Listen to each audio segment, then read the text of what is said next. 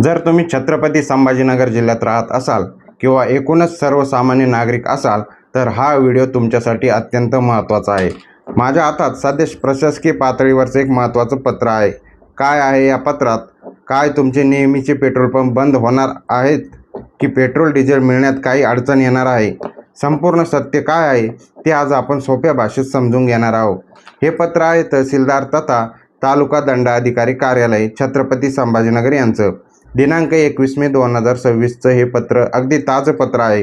हे पत्र तालुक्यातील सर्व पेट्रोल आणि डिझेल पंप चालकांना पाठवण्यात आलं आहे। नेमका याचा विषय काय आहे ते आपण पाहूया। अत्यावश्यक शासकीय सेवांसाठी पेट्रोल डिझेल राखीव साठा उपलब्ध ठेवण्याबाबत म्हणजेच आता शासनाने पेट्रोल पंपांना त्यांच्या एकूण साठ्यापैकी काही भाग राखीव ठेवण्याचे आदेश दिले आहे। आता आपण समजून घेऊया की सरकारने नक्की काय कायदा सांगितला आहे आणि याचा सर्वसामान्यांवर काय परिणाम होणार आहे ते आपण थोडक्यात माहिती घेऊया। नेमका कोणता कायदा वापरला आहे? जीवनावश्यक वस्तू अधिनियम 1955च्या कलम 3 अंतर्गत आणि 2005च्या आदेशान्वये सरकारला पेट्रोल डिझेलचा पुरवठा, वितरण आणि विक्री नियंत्रित करण्याचा पूर्ण अधिकार आहेत। नक्की आदेश काय आहे? तर सध्याची परिस्थिती पाहता सार्वजनिक हितासाठी आणि शासकीय सेवा विना अडथळा सुरू राहण्यासाठी प्रत्येक पेट्रोल पंपाने त्यांच्या रोजच्या उपलब्ध साठ्यापैकी किमान 5% इंधन साठा राखीव ठेवणे बंधनकारक केला आहे। हा साठा कोणासाठी आहे? हा 5% राखीव साठा सर्व प्रकारच्या अत्यावश्यक शासकीय सेवांसाठी वापरला जाईल।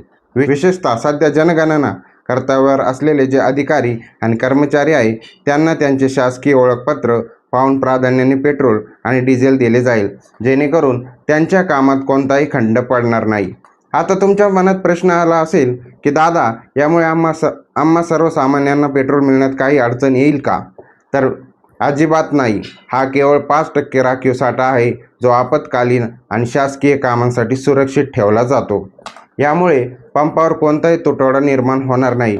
पण हो, जर तुम्ही पेट्रोल पंपावर जात असाल आणि तिथे शासकीय वाहनांना किंवा कर्मचाऱ्यांना प्राधान्य दिले जात असेल तर प्रशासनाला सहकार्य करा। ही खबरदारी केवळ शासकीय यंत्रणा सुरळीत चालवण्यासाठी घेतली जात आहे। त्यामुळे कोणी पॅनिक किंवा घाबरून जाण्याची गरज नाही किंवा अफवांवर विश्वास ठेवण्याची गरज नाही। प्रशासनाचा हा निर्णय तुम्हाला कसा वाटला? तुमच्या भागात पेट्रोल पंपावर सध्या कशी परिस्थिती आहे? मला खाली कमेंट करून नक्की सांगा। ही महत्त्वाची आणि अधिकृत माहिती आपल्या मित्रांना आणि परिवाराला कळवावी म्हणून हा व्हिडिओ जास्तीत जास्त शेअर करा। चॅनलला सबस्क्राईब करायला विसरू नका आणि आमच्या पेजला फॉलो करायला विसरू नका। पुन्हा भेटू अशा